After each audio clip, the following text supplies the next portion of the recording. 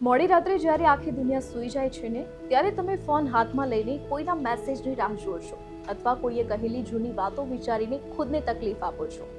Psychology કહે છે તમે માણસના કારણે દુઃખી નથી, તમે તમારી એ આશાના કારણે દુઃખી છો કે એ ક્યારે તો તમને સમજશે. એક રિયલ વાત કહું, તમે કોઈ દુકાને જઈને 500 રૂપિયાની વસ્તુ ખરીદો, પણ જો એ વસ્તુ ખરાબ નીકળશે તો તમે બીજી વાર એ દુકાને જશો? ક્યારેય નહીં ને.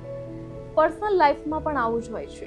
એક જ માણસ તમને વારંવાર ઇગ્નોર કરે છે, તમારી લાગણીઓનો કચરો કરે છે, છતાં તમે રોજ સવારે ઉઠીને એ માણસ પાછળ તમારો આખો દિવસ, તમારું મૂડ અને તમારી સ્માઇલ બગાડવા તૈયાર થઈ જાઓ છો.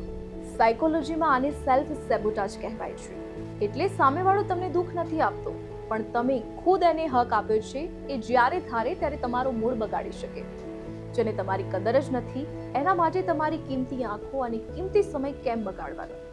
યાદ રાખજો, જે તમારી ગેરહાજરીથી ખુશ છે એને તમારી હાજરીની ભીખ ક્યારેય ના આપતા. તમારી લાઈફ કોઈનું વેઇટિંગ રૂમ નથી. જો આ વાત સીધી દિલને અડી હોય અને કોઈ યાદ આવ્યું હોય તો આ રીલ એ વ્યક્તિને શેર કરજો જેને અત્યારે જ જાગવાની જરૂર છે.